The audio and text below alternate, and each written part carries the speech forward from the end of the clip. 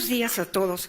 Antes que nada, agradecer al Instituto por haberme invitado a participar en este simposio y a la doctora Denis por aceptar hacer el cambio de presentación. Realmente consideramos que era como casi más lógico hablar primero de animales y luego ya de humanos a nivel clínico, epidemiológico, etcétera. Entonces, lo que yo les voy a presentar es una investigación que realizamos en animales y, como ven en el título, se trata de hacer énfasis en la importancia de hacer estudios durante la exposición prenatal a etanol, pero en animales. Este trabajo lo hicimos en colaboración con la doctora Paula Abate, que vino a México hace ya 2 o 3 años, realizó una estancia en mi laboratorio y sacamos un trabajo que a nosotros nos pareció muy bonito. Para que quede así más claro y más encuadrado en el significado fisiológico que podría tener este tipo de estudios, ustedes seguramente todos saben que existe un síndrome o un espectro de desórdenes de exposición fetal al alcohol durante el embarazo, de los cuales el más grave o el más severo es lo que llaman FAS en inglés, es un conjunto de déficits que se presentan a lo largo de la vida, desde el inicio, desde el nacimiento, hasta etapas posteriores en la vida. Este déficit tiene como características ligeras alteraciones en los rasgos faciales, que se notan bastante más en los niños, pero lo más importante es que puede haber daño neuronal, deterioro en las funciones cognitivas, aprendizaje, memoria y atención. Entonces, es un síndrome que ha sido considerado recientemente como un tema de salud en el mundo y un poco tratando de entender este síndrome, ha habido varios grupos que se han dedicado a estudiar aspectos como básicos de la neurobiología en animales. Yo les decía que este trabajo en realidad es una combinación o una colaboración del trabajo de la doctora Paula Abate. Ella está en la Universidad Nacional de Córdoba y su trabajo sobre todo ha versado en estudiar modelos animales, sobre todo con crías, pero también con adultos, a nivel de la exposición prenatal de alcohol en modelos de condicionamiento operante, que es lo que ella maneja mejor. Ha hecho también muchos trabajos de consumo de distintos tipos de soluciones en distintos tipos de modelos y lo que a nosotros nos llamaba mucho la atención es que ella estudia crías de distintas edades que nosotros no habíamos podido hacer en nuestro laboratorio. Ella ha hecho también mucho trabajo farmacológico y se ha centrado fundamentalmente en los sistemas opioides a nivel in vivo, en animales in vivo. En nuestro laboratorio, como contraparte, lo que hemos hecho es estudiar cómo el alcohol en diferentes modalidades modifica la transmisión de mediadores como los opioides endógenos, encefalinas y endorfinas fundamentalmente. Hemos hecho estudios a nivel de la expresión de los RNA mensajeros, hemos estudiado también el contenido y la liberación de metionina encefalina y la unión de ligandos selectivos de receptores opioides en distintas regiones del cerebro. Lo que nos interesa más es estudiar las áreas que forman parte de las vías de reforzamiento de drogas de abuso, es lo que les presento ahora a continuación. Si ustedes ven, sí se ve, perdón. Seguramente muchos de ustedes saben que, el alcohol es un reforzador positivo, pero tiene características conductuales específicas. Lo que se sabe es que activa la transmisión de la vía mesocolímbica que se origina en en la BTA, que es el área tegmental ventral, la parte posterior del cerebro, Y estas neuronas que son dopaminérgicas proyectan hacia la parte anterior del cerebro, el núcleo accumbens, la corteza frontal, y hacia otros lugares también que están implicados en el reforzamiento de drogas de abuso.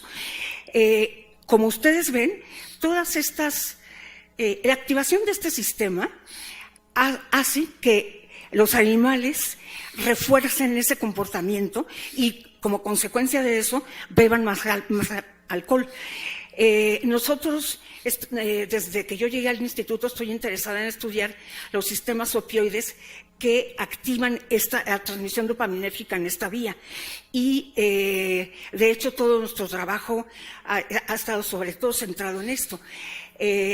Si ustedes ven, aquí hay un circuito largo que va del núcleo arcuato del hipotálamo a la sustancia gris periacueductal, que es beta-endorfinérgico, y todos estos chiquititos son circuitos locales de encefalinas, que es fundamentalmente en lo que me voy a centrar ahorita. Para que, nada más un recordatorio, hay fundamentalmente 3 familias de péptidos opioides que se originan de 3 precursores diferentes: la pro-opiometalcorfina, la proencefalina y la prodinorfina. Los 2 primeros sistemas, el primero da origen a la beta-endorfina sobre todo como péptido biológicamente activo, y la proencefalina origina diversas formas de encefalinas.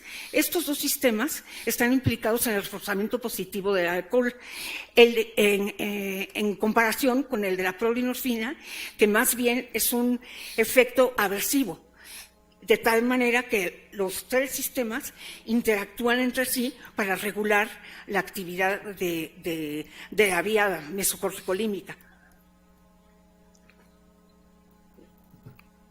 Estos péptidos tienen selectividad distinta por los receptores y normalmente se dice que el ligando clásico del receptor opioide mu es la beta-endorfina, mientras que las encefalinas se unen con mayor afinidad o afinidad muy semejante al receptor delta. Entonces, los estudios que nosotros hicimos en el laboratorio hasta antes de que colaboráramos con la doctora Abate fueron hechos en ratas adultas, de tal manera que cuando ella vino a hacer su estancia decidimos hacer un modelo de exposición prenatal al alcohol y estudiar cómo se afectaba el consumo de la droga, de alcohol, en crías de 15 días de nacidas, después de haber expuesto a las madres durante la última fase de la gestación, los últimos 4 días de la gestación, analizar sobre la descendencia el consumo de alcohol y cómo se modifican los sistemas opioides en el cerebro en las crías. Y tratamos de hacer varios tipos de correlaciones. El método general que utilizamos es, como ustedes ven aquí, administrar alcohol a la madre, 2 gramos por kilo intragástrico, o agua, que es el control, durante estos días, del 17 al 20. Al nacimiento se considera que es el día postnatal 0, y luego separamos las camadas tratando, en la medida de lo posible, de tener 5 hembras y 5 machos en cada caso. No siempre se puede. Y luego analizamos, por un lado, los infantes que tienen 14 y 15 días, los adolescentes, que son animales que dejamos crecer hasta los 30 días, y luego las madres. Hoy no voy a hablar de esto, porque no me da tiempo, además, pero en el caso de los infantes, lo que hicimos inmediatamente después, al día 14 y al día 15 se evaluó el consumo del alcohol, y si logran ver aquí, las ratitas tienen una sonda conectada que tiene un tope en el cachete. Intentamos hacer esto, este es un dibujo de Cosette Reyes, y de tal manera que el animal, la sonda no se sale y el animal tiene la posibilidad de beberse la solución. Aquí lo pueden ver, está conectado a una bomba de perfusión. El animal tiene la posibilidad de tomárselo o escupirlo. ¿Cómo calculamos si se lo bebió o no se lo bebió? Bueno, se llevan a cabo varios controles, pero con esta fórmula se calcula el consumo de las sustancias. Lo que hicimos fue administrar o dejar que el animal bebiera concentraciones distintas de alcohol, 0, 5 y 10. Luego sacrificamos a los animales y obtuvimos, por un lado, la sangre troncal para medir niveles de alcohol en sangre, en el plasma, y por otro lado los cerebros. En los cerebros lo que hicimos fue disectar las regiones o obtener cortes coronales. Y aquí está más especificado. Nuestro plan inicial es estudiar la unión de ligandos selectivos de receptores opioides muy delta en las regiones que nos interesan, con estos dos ligandos selectivos, este es del mu, este es del delta. Por otro lado, estudiar la expresión de los mensajeros. Para esto lo que hacemos es utilizar oligonucleótidos marcados con azufre 35, que son específicos de fragmentos de los mensajeros. PEN, que es proencefalina, POMC es pro-opiomelanocortina, y después hacer los análisis por densitometría y análisis de imágenes. Sin embargo, bueno, en este caso les voy a presentar solamente los resultados de las regiones cerebrales a nivel del contenido de proencefalina, de metionina encefalina en las áreas que nos importan. Y aquí les muestro el primer resultado.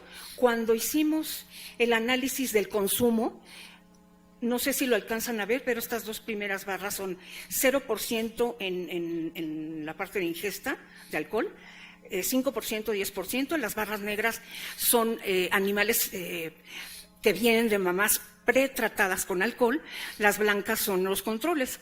Entonces, como pueden ver, cuando se hace el análisis de los animales en conjunto, sí se ve un aumento significativo que corresponde a la solución de 5%. Cuando hicimos el análisis separando hembras de machos, lo que vimos es que este cambio primordialmente se debía a las hembras. No sabemos si en otras edades gestacionales esto cambie, seguramente, pero no lo hemos hecho todavía. El análisis de los contenidos de metionina encefalina en las regiones de los circuitos de reforzamiento, que es el mesocortico límbico, obtuvimos, aquí las barras corresponden a lo mismo de antes. Y lo que observamos es que en el primer grupo, los animales que venían de mamás pretratadas con alcohol muestran o una disminución en el contenido de metionina encefalina en el área tegmental ventral, o bien un aumento discreto en la corteza prefrontal. Y en el caso de la solución de 10%, un aumento en el núcleo accumbens. Estas hay que recordar que son las áreas específicamente implicadas en el reforzamiento de alcohol. El análisis... Ay, ¿cómo me regresó, Francisco? Ya me pasé una. Ya me regresaron, ya.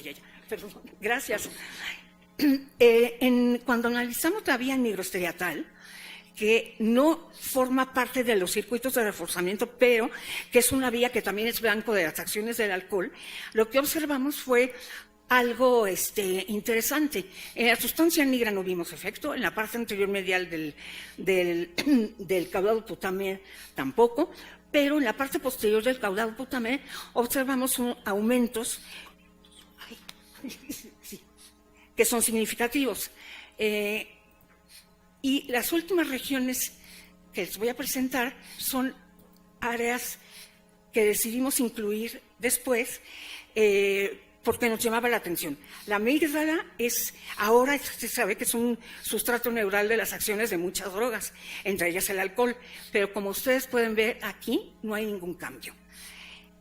Cuando analizamos el hipotálamo y el hipocampo, la verdad es que nos sorprendimos mucho. En el caso del hipotálamo no tanto, porque es un área de control neuroendocrino que está fundamentalmente implicada en muchos procesos fisiológicos de control de hormonas.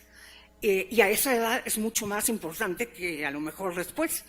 En el hipocampo, este resultado sí nos sorprendió bastante, pero ustedes pueden ver aumentos más grandes que en el resto de las áreas y en todos los casos, en todas las soluciones ingeridas. La última cosa que hicimos fue obtener la sangre, el plasma, y medir los niveles de alcohol en sangre en los animales, tanto que venían de mamás prenatalmente tratadas con agua o con etanol. Ustedes pueden ver que no hay diferencia entre los pretratados con agua y etanol a ninguna de las concentraciones de ingesta que estudiamos, pero, como es lógico, sí un aumento con respecto al 0% de alcohol en los dos casos. No hay diferencias en estos experimentos a nivel de situaciones fisiológicas, lo que nos hace pensar que probablemente a esta edad el metabolismo de alcohol no está tan activo o no está tan relacionado con los cambios que estamos viendo.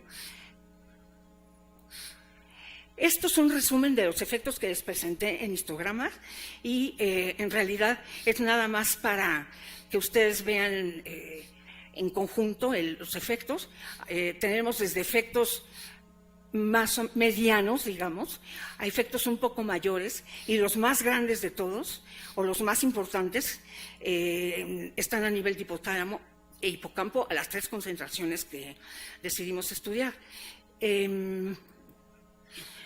Y ya para terminar,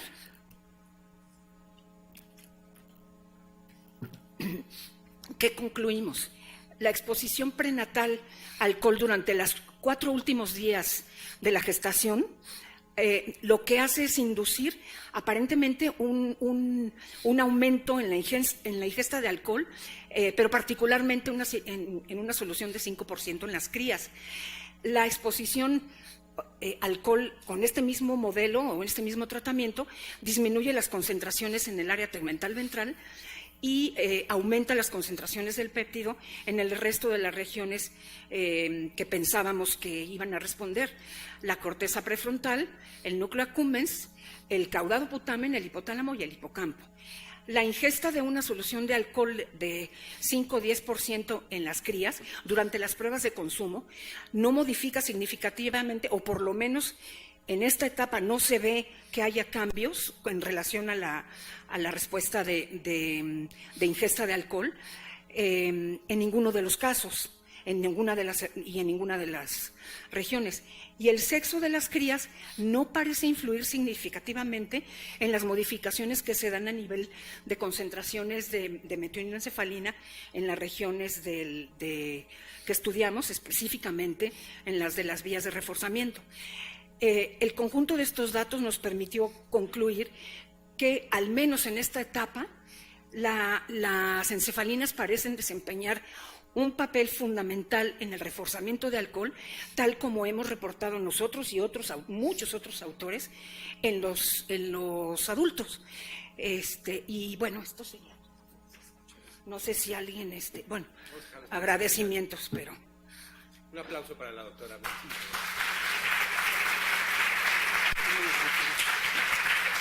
¿Todo bien?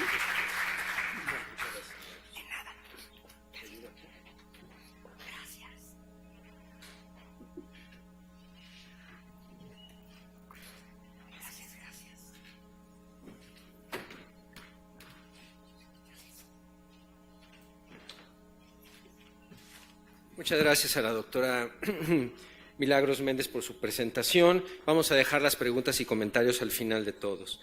A continuación, la doctora Denis Álvarez y Casa, quien es investigadora con adscripción a servicios clínicos, nos presentará el tema de la prevención de la violencia en el ámbito familiar y escolar en comunidades con alto índice de violencia colectiva.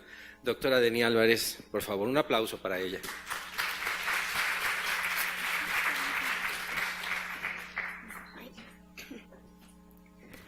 Hola, sí, se me escucha. Bueno, pues muchas gracias por estar aquí. El propósito de mi presentación va a ser darles alguna información de un proyecto que hemos estado realizando aquí en el instituto en el curso de los últimos 2 años, en colaboración con la UNAM y con UNICEF. Para empezar, definir lo que es violencia colectiva. La OMS nos define que hay varios grupos de violencia. Está la interpersonal, la violencia colectiva, la violencia autoinfligida. Bien, pues la violencia colectiva se refiere al uso instrumental de violencia por parte de un conjunto de individuos que se identifican a sí mismos como parte de un grupo, no importa si es transitorio o es permanente, y ejercen violencia de manera sistemática contra otro grupo de sujetos. Esto tiene un objetivo que es obtener un dominio económico, social o político. Ejemplos de la violencia colectiva son los conflictos armados, las violaciones graves y sistemáticas a los derechos humanos por parte del gobierno, como desapariciones, tortura, detenciones arbitrarias, violencia por parte de crimen organizado, violencia en pandillas y terrorismo. Bueno, en el caso de México, no cumplimos la definición estrictamente dada por los organismos internacionales de lo que es un conflicto interno. Sin embargo, pues hoy en día se habla mucho de los conflictos atípicos porque hay un cambio en la forma de conflicto dentro de los países. Y lo que se sabe es que a nivel de pérdida de vidas humanas, impacto económico y costos sociales pueden tener exactamente los mismos efectos nocivos sobre la sociedad que los conflictos conocidos como típicos. Digo, no vamos a revisar los detalles respecto a la violencia colectiva en México, pero bueno, lo cierto es que estamos justamente en este año y el anterior ante un incremento alarmante de la violencia colectiva, que normalmente uno de los indicadores más duros o sólidos son los homicidios de alto impacto. De hecho, ahorita estamos cerca de superar a la tasa en Colombia. Y bien, ¿cuáles son los efectos que tiene la violencia colectiva sobre el desarrollo humano? Son muchos. Migración y desplazamiento, deterioro económico, pérdida de acceso a servicios básicos, incluyendo los servicios de salud, y bueno, pérdida de la esperanza de vida e incremento en la discapacidad. En el caso de México ya tenemos efectos en todos estos niveles. Ahora, si nos vamos a hablar de la parte que tiene que ver con sociedad en el aspecto comunitario y la salud mental a nivel individual, tenemos un componente muy importante, y es que la violencia colectiva genera una desintegración de la estructura social. Tal vez esta es la característica principal que va a diferenciar la violencia interpersonal de la violencia colectiva. Y es que en el caso de la violencia colectiva suele haber una disgregación de las redes sociales y un fenómeno que se llama la pérdida de lugar, que se ha descrito como una pérdida en la confianza de la sociedad civil en aquellas normas y redes que se supone que van a proteger y facilitar las acciones de colaboración entre los mismos ciudadanos y entre las instituciones. Otro efecto muy importante de la violencia colectiva es la socialización de la agresión. Esto tiene que ver, o se ha propuesto que hay un proceso de aprendizaje a través de la imitación de modalidades violentas para la resolución de conflictos. Bien, ¿qué pasa con los niños? Pues Save the Children publicó el año pasado un informe en el que dice que aproximadamente 375 millones de niños, niñas y adolescentes residen en zonas de violencia colectiva y el 6% es en alguna región de América, incluido México. Ellos consideran México como uno de los lugares donde está habiendo este tipo de fenómenos sobre la niñez. Ahora, ¿cuáles son los trastornos mentales que niños, niñas y adolescentes presentan cuando viven expuestos a violencia colectiva? Bueno, este es un metaanálisis. La verdad es que es tan variable el tipo de exposición a la violencia colectiva que es muy complicado sacar una inferencia. Cambia mucho de acuerdo al contexto, obviamente de acuerdo al tipo de violencia. Sin embargo, sí se ha intentado hacer algún tipo de estimado y el análisis de 17 estudios indica que aproximadamente el 47% de los niños, niñas y adolescentes van a cursar con síntomas de estrés postraumático, el 43% con síntomas sugestivos de depresión y con síntomas de otros trastornos de ansiedad, el 27%. Algo muy importante es que protege a los niños de desarrollar los trastornos mentales cuando están expuestos a la violencia colectiva y que los pone en riesgo. Bien, entre los factores protectores están aquellos que son individuales, como el afrontamiento positivo, las personas, los niños y adolescentes que practican algún tipo de doctrina religiosa, habilidades cognitivas como inteligencia, flexibilidad cognitiva y creatividad. En cuanto a los familiares, que son unos de los que se han estudiado y que dan resultados sistemáticamente positivos, está el soporte parental y la salud mental de la madre como factores protectores. Y en el caso de los sociales es el capital social, que se refiere a la confianza en las redes comunitarias y el apoyo social. Y bueno, factores de riesgo está la violencia en el ámbito familiar y las adversidades comunitarias, que se refieren no a la violencia necesariamente, sino al deterioro de las condiciones de vida en cuanto a la economía, el acceso al empleo, la confianza en tener justicia, por ejemplo, dentro de la comunidad o tener respaldo. Bueno, ¿cómo debemos abordar la salud mental en las regiones de conflicto? El abordaje es, de hecho, lejano del aspecto clínico de manera directa, referente a como conocemos nosotros el aspecto clínico, que es muchas veces el trabajo tú a tú con un paciente en un consultorio o incluso con grupos terapéuticos. La base de la intervención son las actividades psicosociales, que se ve ahí se ve justamente en esta segunda nivel. Normalmente las actividades psicosociales tienen dos finalidades principales. La primera es que muchas veces por sí mismas, si se emplean de manera adecuada, son suficientes para controlar síntomas que llamaríamos leves o incluso algunas personas los dicen como reacciones adaptativas normales ante el estrés, es decir, no son patológicas. Después en el nivel 3 tendríamos aquellos sujetos que ya están teniendo síntomas moderados, es decir, que sí ya hay datos de que están desarrollando un trastorno mental o ya tienen un trastorno mental como tal, pero no requieren una atención especializada. En este caso se pueden hacer intervenciones grupales o bien la atención en el primer nivel, es decir, que sean vistos por un médico general en caso de que requieran algún tipo de tratamiento farmacológico. Y finalmente, en el cuarto nivel ya tenemos las intervenciones especializadas, ahí donde la atención sí es individualizada, focalizada y tiene que ser proporcionada por personal especializado en la salud mental.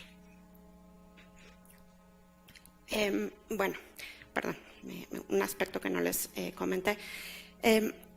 Algo muy importante de las actividades psicosociales es que, como les decía, pueden controlar en sí mismos síntomas leves, pero el otro aspecto fundamental es que siempre son grupales, ¿no? Siempre son grupales, pueden ser grupos de apoyo, actividades deportivas para los niños, espacios de protección para los niños, que ocurre muchas veces también en situaciones de conflicto o de desastre, incluso algún tipo de actividades como puede ser la reconstrucción participativa, porque este modelo se aplica también a desastres de índole natural, no solamente a violencia. Entonces, las intervenciones psicosociales van a tener un efecto también sobre las redes sociales, es decir, se ve como una manera en la cual la sociedad vuelve a tener cierto grado de cohesión y mecanismos de apoyo mutuo. Bien, entonces, algo que es muy interesante es, se han hecho cantidad de estudios de intervenciones en niños y adolescentes en zonas de conflicto. De hecho, hay muchísimos más que con adultos y esto, bueno, tiene todo un sentido, ¿no?, metodológico que ahorita no voy a discutir, pero están principalmente centradas en escuelas, ¿no? Y esto tiene que ver justamente con que son núcleos de población cautiva, donde justamente podemos aplicar este tipo de intervenciones de una manera sencilla e incluso controlada, que esto es importante. Generar evidencia de que las intervenciones funcionan. Hay dos revisiones que son bastante actualizadas, diríamos de las más actualizadas. Una es de Felicity Brown. Ella incluyó únicamente estudios aleatorizados controlados o bien estudios controlados pre-post. Y otra autora que se llama Betancourt, que es de las, digamos, referentes mundiales, de hecho estuvo en el Congreso Mundial de Psiquiatría, también incorporó el análisis de intervenciones que tal vez no han sido propiamente probadas, pero que han mostrado cualitativamente utilidad clínica. Y resulta que únicamente de cerca de 30 estudios localizados, 4 estudios incorporan elementos que tienen que ver con habilidades de educación para la paz y prevención de la violencia. La mayoría de las intervenciones se centran en control de síntomas de ansiedad y fomento de la resiliencia, a través de fortalecer algún tipo de habilidades cognitivas o bien de fortalecer la relación de los padres con los hijos. Pero es interesante que a pesar de la gran normalización de la violencia, son muy pocas las intervenciones que buscan generar en los ambientes escolares, en los ambientes familiares o en los ambientes comunitarios herramientas para la paz. El proyecto del que les hablaba se llama Redes para la Vida, ha sido una colaboración del Instituto, la UNAM y la UNICEF. El propósito que tuvimos con este proyecto fue desarrollar un programa piloto que diera atención y promoción a la salud mental de las víctimas y de las comunidades que viven en violencia colectiva. Para esto elegimos una comunidad en Guerrero.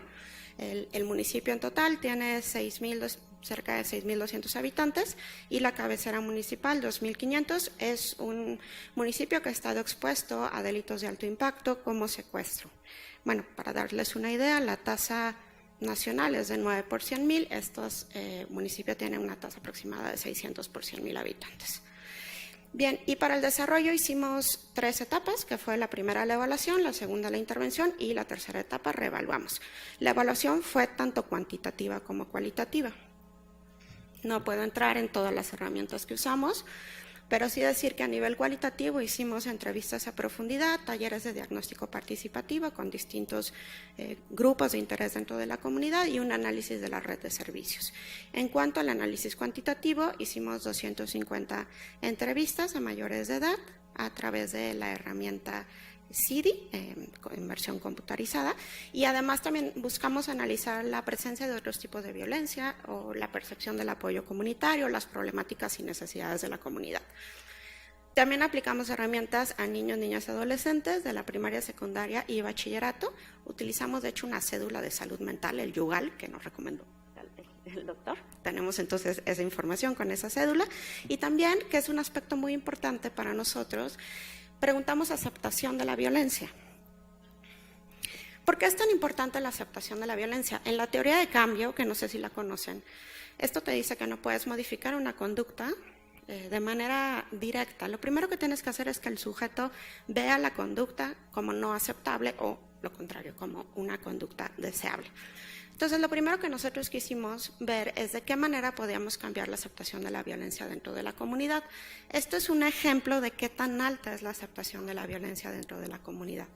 Aquí entrevistamos también a los padres de un grupo de padres y madres con los que trabajamos, que ahorita les voy a comentar, y a los niños, niñas y adolescentes. Y, por ejemplo, como ven aquí, las niñas y niños consideran que es aceptable el uso de la violencia física por parte de los padres como método de crianza.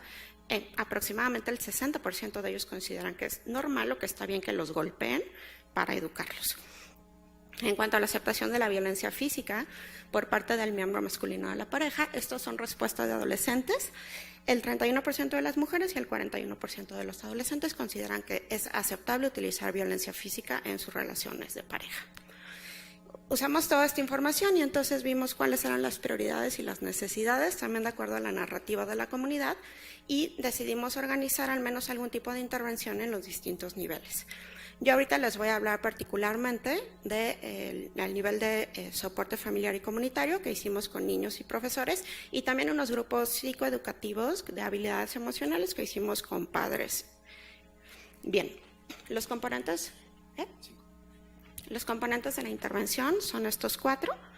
El segundo y el tercero son básicamente aquellos que tienen que ver con el fortalecimiento de la paz en los entornos familiares y el fortalecimiento en los entornos escolares. En el entorno escolar lo que hicimos fue un programa que se llama Construcción para la Paz, basado en 2 metodologías, una de la transformación de conflictos para una cultura de paz y el otro el programa Triple P, que es de parentalidad positiva. Fue un programa de psicoeducación para padres y madres y el programa se desarrolló a lo largo de 10 sesiones grupales.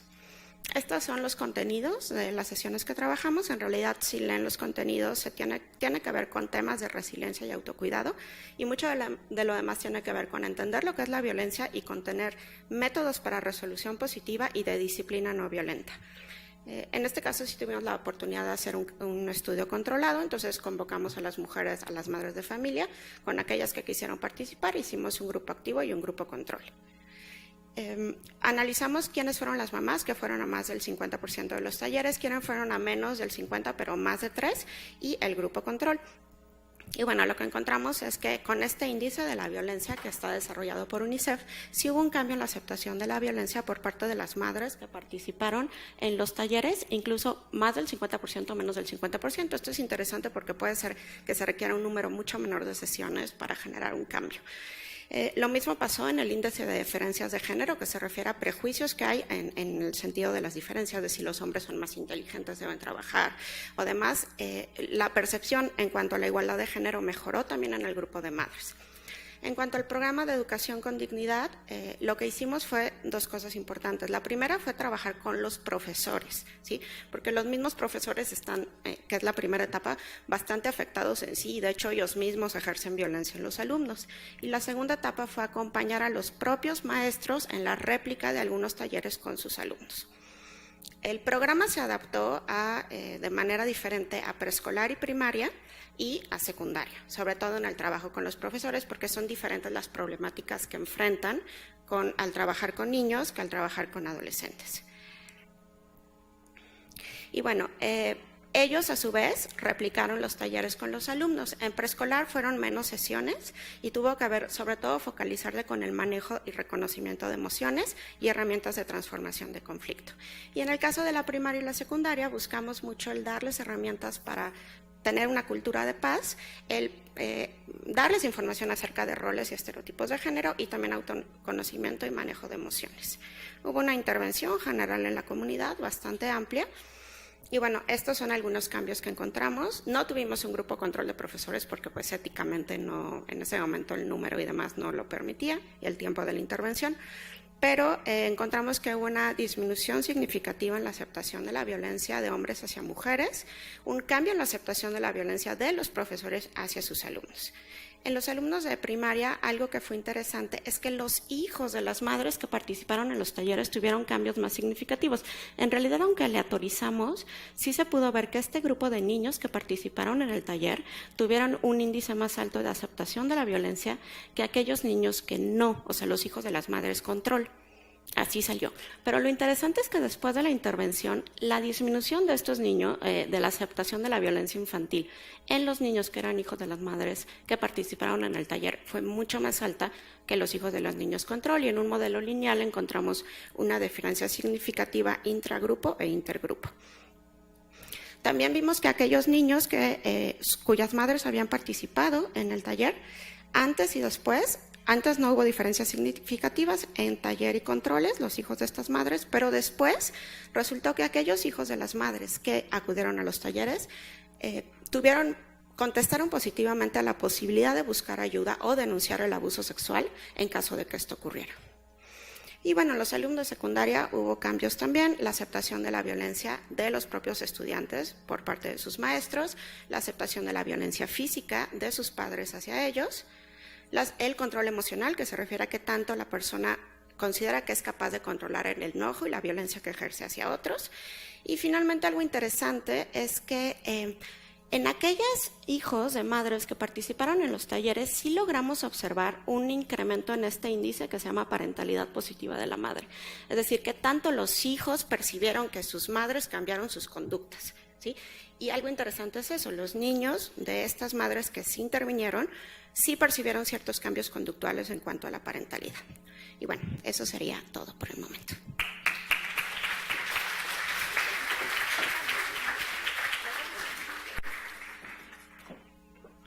Muchas gracias a la doctora Denis Álvarez, y me parece muy congruente el cambio que hicimos con la doctora Milagros Méndez. Y a continuación estará con nosotros el doctor Lino Palacios, quien es investigador de la Subdirección de Investigaciones Clínicas. Es miembro del Sistema Nacional de Investigadores Nivel 1 y es investigador de la Coordinación de los Institutos Nacionales Nivel D. El doctor Lino Palacios ha trabajado en la clínica de adolescentes desde su fundación y quiero públicamente agradecerle su colaboración en todos los trabajos que hemos hecho juntos. Doctor Lino Palacios, un aplauso para él, por favor.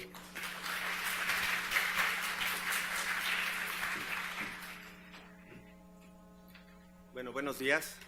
Voy a tratar aquí también antes de que llegue Paco y me me carreré, entonces vamos a poner aquí un contador. Muy bien, entonces, bueno, yo les agradezco al comité organizador de la RAE, en especial a la doctora Adriana Díaz, el que se haya acercado y nuevamente me haya puesto a trabajar en algunas cosas que tal vez me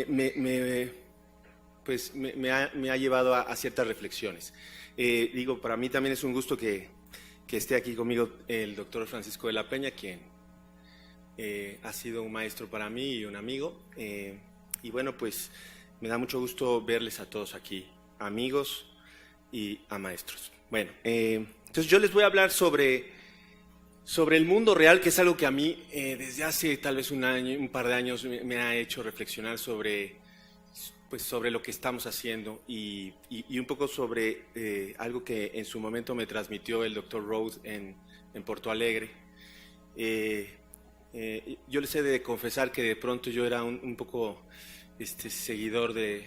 fiel seguidor de la medicina basada en evidencia, pero después la sensatez entra un poco en juego y de pronto nos hace pensar un poco más.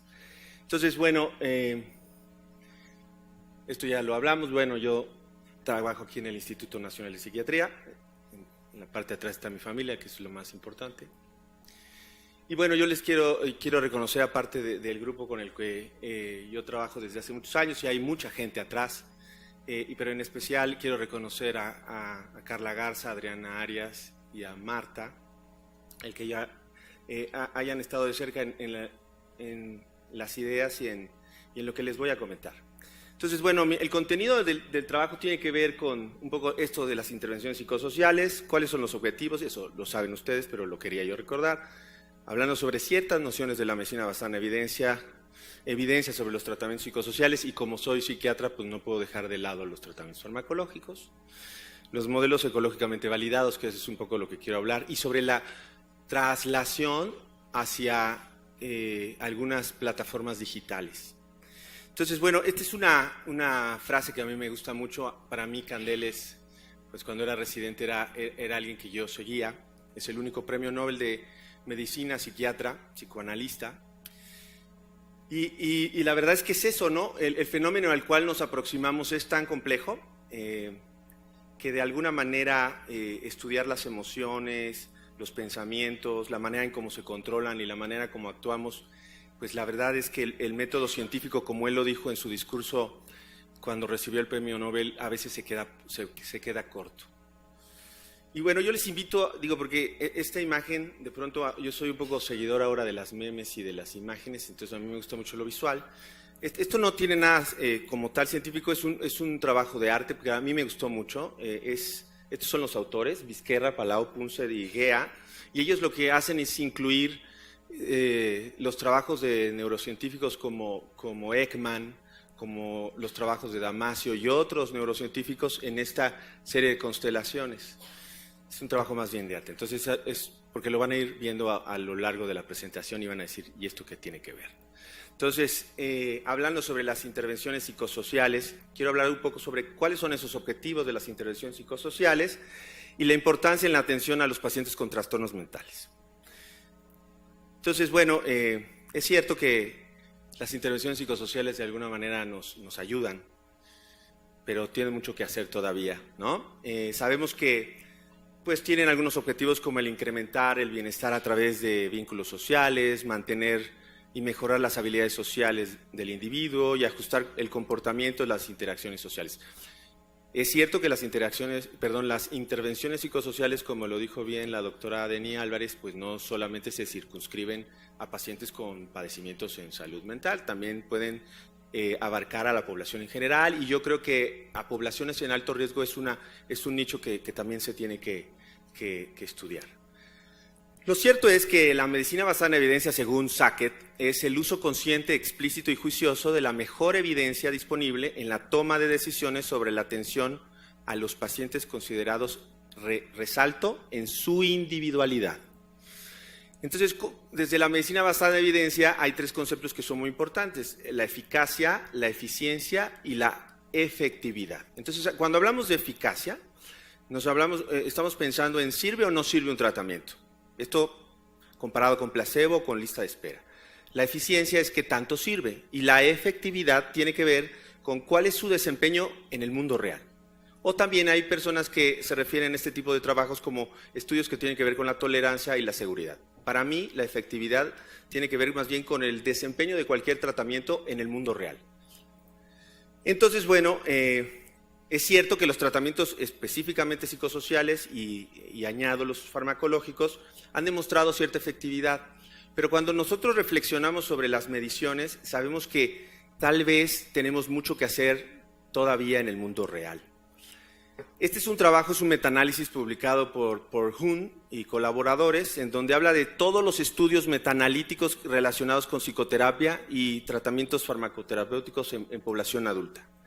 Y básicamente, para no aburrirles, ellos incluyeron 61 metaanálisis de 21 trastornos psiquiátricos distintos, incluyeron 852 ensayos clínicos, en donde había 137.126 participantes, y ellos encontraron que las magnitudes de efecto de las intervenciones psicosociales versus placebo tendieron a ser mayores en aquellas encontradas para los tratamientos psicofarmacológicos, aunque las comparaciones directas head to head, basadas en pocos ensayos clínicos, no demostraron diferencias consistentes.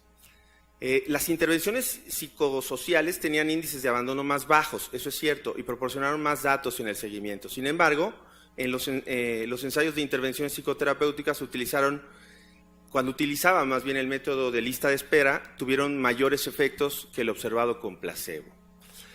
Si tomáramos como ejemplo, por ejemplo, el tema de TDAH, nos encontraríamos que las opciones farmacológicas son vastas y sus números necesarios a tratar son muy buenos. Si uno los comparara con otros desenlaces farmacológicos en otras áreas de la medicina, veríamos que son tratamientos realmente eficaces. Sin embargo, y eso pasa también con las intervenciones psicosociales, sin embargo, si uno hace una reflexión sobre cómo evaluamos eficacia y eficiencia a través de clinimetría, poniendo el ejemplo de TDAH, y vemos si un tratamiento tiene que reducirse un 30% o incluso un 50% las calificaciones de la basal a la final, tendríamos que reflexionar si realmente eso tiene que ver con curación o tiene que ver con recuperación.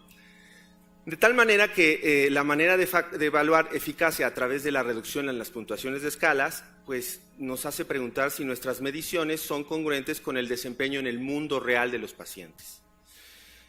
Pongo este ejemplo del TDAH porque si nos vamos a otros desenlaces, no nada más recuperación o reducción en las escalas, y nos vamos a estudiar cognición, sabemos que las magnitudes de efecto que se observan tan importantes con metilfenidato, por ejemplo, que pueden llegar a ser de un 100%, cuando hablamos de cognición es distinta. Por ejemplo, la memoria ejecutiva o de trabajo se reduce de manera muy modesta, en un 26%, o hay una respuesta en el tiempo de reacción también de un 24%, o en la inhibición de la respuesta de un 41%. Es decir, no corresponde a lo que uno mide en las escalas. De tal manera que una manera de cómo evaluar desenlaces en el mundo real podría ser evaluar, por ejemplo, desempeño escolar, si ha reducido el número de accidentes automovilísticos, caídas o fracturas, embarazos no planeados, divorcios o la reducción en problemas legales o contactos con la ley. También lo cierto es que en muchas ocasiones la gravedad de los síntomas, como lo he comentado en algún otro momento, no va acorde con el grado de funcionalidad. Es decir, hay personas que tienen un trastorno mental severo y su grado de disfunción no es tan marcada. O hay personas que no tienen una sintomatología tan severa, pero su grado de disfunción es importante. Entonces eso tiene que ver con otros factores que seguramente tienen que ver con facilitadores del medio ambiente. Así que entonces todo el mundo de pronto nos preguntamos dónde está Wally, ¿no? Pero nadie se pregunta cómo está Wally. Y eso es cierto. La verdad es que sí. A todo el mundo le interesa saber si respondió o no respondió el tratamiento, pero nadie se pregunta cómo está esa persona con esa respuesta al tratamiento. Y lo cierto es que hay otro factor que es importante, que el número de profesionales de la salud sigue habiendo una falta de recursos para atender y cubrir las necesidades de la salud mental de la población. Entonces, bueno, tendríamos que ver primero alternativas en la medición de los desenlaces o de la manera en cómo queremos evaluar los tratamientos psicosociales. Y una de ellas son las mediciones ecológicas.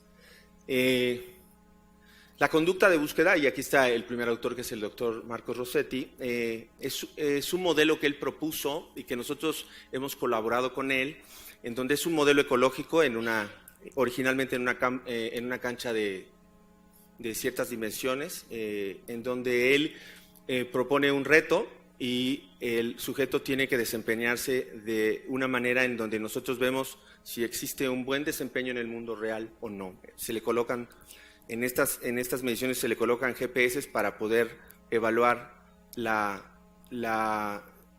trayectorias que hay o las trayectorias que hay dentro del reto. Entonces, un poco esta es la imagen. Y bueno, pues esta es una propuesta que ya hemos publicado algunos trabajos, que trata de evaluar esta evaluación ecológicamente validada con otras mediciones como pueden ser el BRIEF o como pueden ser la Torre de Londres. Y lo que ha mostrado esta aproximación ecológica es que puede discernir entre aquellos que tienen TDAH y aquellos que no tienen TDAH en el mundo real. Noten que del lado izquierdo o del lado derecho de ustedes pueden ver a alguien que no tiene TDAH, cómo son sus trayectorias, y cuando alguien tiene TDAH pueden ver el caos en el cual pueden estar inmersos. Y es una, no quiero hablar o extenderme más, pero me parece que es importante. Marcos, de alguna manera, también ha tratado de ver si este reto ecológicamente validado se puede trasladar a una aplicación o una versión digital, y eso está en desarrollo. Ahora, los Big Data, ¿no?, que son oportunidades de estudio e investigación ahora en una era digital y global. Les decía yo que de alguna manera yo he tenido contacto con el grupo de Porto Alegre, y el doctor Grevet, que es parte de este grupo, dice que los países en vías de desarrollo, como el de nosotros, en especial su investigación tiene que estar basada en lápiz y papel. Y no es menor, o sea, hacerlo en lápiz y papel. Porque a veces hay esta limitación de recursos. El Instituto Nacional de Psiquiatría o algunas otras instituciones de investigación pueden ser la excepción, pero en general, en nuestros países, lo que tenemos que hacer es investigación de lápiz y papel. Entonces, bueno, sabemos que en México el número de mexicanos con acceso a Internet subió hasta un 71.3 millones. Y esto es interesante, aunque la brecha digital todavía existe entre el medio rural y el medio urbano. El 72% de la población de 6 años o más puede tener o utilizar un celular. El uso de teléfonos inteligentes como los smartphones o ahora los smartwatch, ¿no?, ha crecido de manera importante, y en el 2016, sí quedan 7, 2016 hay, sí, porque lo tengo aquí guardado. Entonces, en el 2016 hubo 60.6 millones de usuarios y incrementó 4 millones más aproximadamente. El total de usuarios, fíjense cómo instalaron este tipo de aplicaciones. Esto lo único que yo quiero mostrar es la oportunidad que tenemos para estudiar muchos fenómenos en salud mental. Los dispositivos ya están, ya no son los actímetros, sino son los smartwatch o los smartphones, y eso es atractivo. Y en salud mental, bueno, ha habido una serie de trabajos. Este es un trabajo publicado en la revista de Medicina Basada en Evidencia sobre tecnologías digitales y oportunidades de medición, y sobre todo estos nuevos paradigmas en el cuidado y en la evaluación de personas con trastornos mentales, ¿no? Y ver cómo los smartphones, la naturaleza portátil de estos dispositivos, permite la evaluación remota, longitudinal y de alta resolución de variables clínicas ecológicamente validadas. Y además puede haber de dos opciones, aquellas que son activas y aquellas que son pasivas.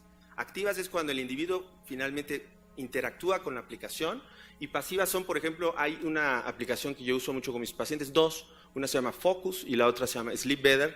Y Sleep Better lo que hace es registrar el sueño, y de alguna manera registra el momento en el que te tienes que despertar, que además es maravilloso para mí eso. Entonces, este tipo de aplicaciones pueden ser útiles, por ejemplo, en contextos en donde queremos evaluar estados emocionales, sociales y cognitivos.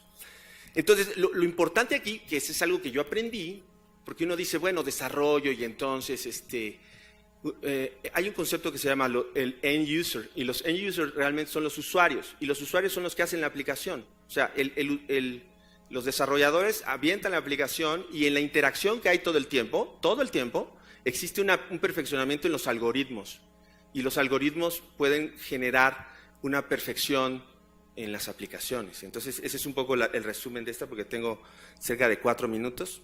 Entonces, este es un ejemplo de lo que hay ahora en salud, sobre todo en adultos, y cómo los desenlaces pueden desde patrones de actividad y descanso, en esquizofrenia, o en la evaluación de afecto negativo y positivo y recaída en trastorno bipolar, o la evaluación de cognición social, que eso es muy interesante en el área de psiquiatría infantil.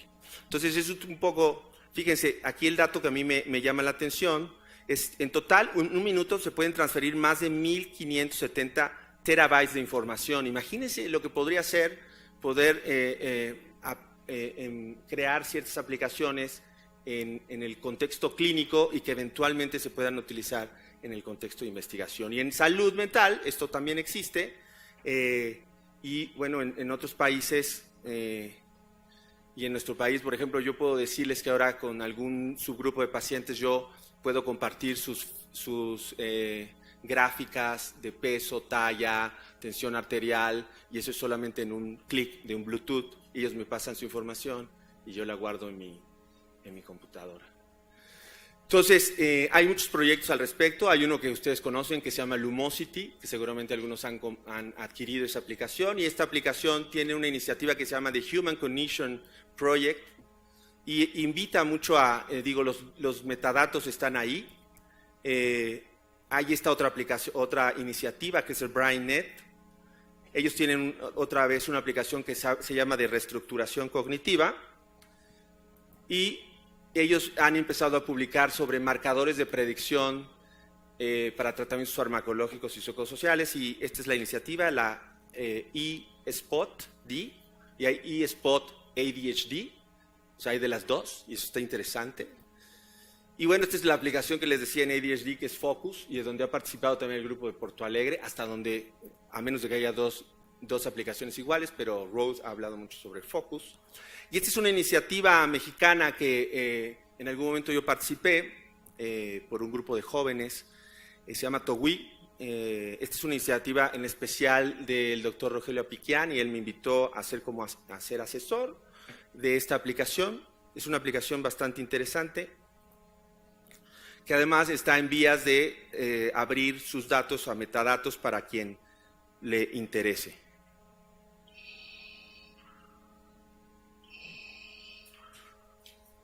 Muy bien. Entonces, se acerca Darth Vader, ¿no? Entonces, es un poco así. Entonces, esta aplicación también hay información sobre lo que mide el TOWI, mide planeación, atención sostenida, atención selectiva, automonitoreo y memoria. Y es a través de juegos, interacción entre el médico y su paciente. Y bueno, esta es la última parte que quería yo platicarles sobre, estoy en tiempo, es una iniciativa tanto del INEGI como del Instituto Nacional de Psiquiatría, en donde la doctora Corina Benjet es la investigadora principal. Ahora va a estar en Wisconsin, entonces yo voy a coordinar un poco los esfuerzos de este trabajo, y es un trabajo que tiene que ver con la identificación automática de la salud mental y bienestar subjetivo en redes sociales en adolescentes y adultos jóvenes, porque ahora lo prolongamos a adultos jóvenes, y me parece que eso va a ser algo interesante que después les voy a platicar. Y como conclusiones, estamos en tiempo, bien, 20 minutos. Las intervenciones psicosociales son parte fundamental del tratamiento de cualquier paciente con trastornos mentales, eso sin duda. Sin embargo, si bien son necesarios, los estudios o los experimentos, porque no nos gusta a veces los ensayos clínicos, bueno, son experimentos, los experimentos controlados con distintas alternativas de intervenciones psicosociales a veces necesitan ser trasladadas al mundo real, además de que existe una necesidad de tener una mayor cobertura.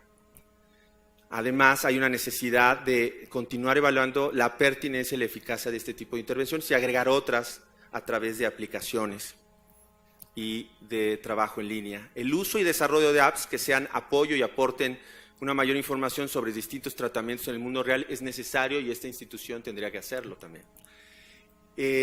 Existe la necesidad de evaluar del mundo ideal, que es lo que hacemos generalmente, al mundo real.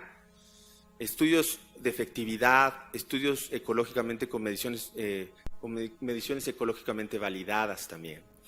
Y un uso en el contexto clínico y epidemiológico de las apps en su asociación o el uso de Big Data, que podría ser una nueva generación, sobre todo en países en vías de desarrollo como el de nosotros.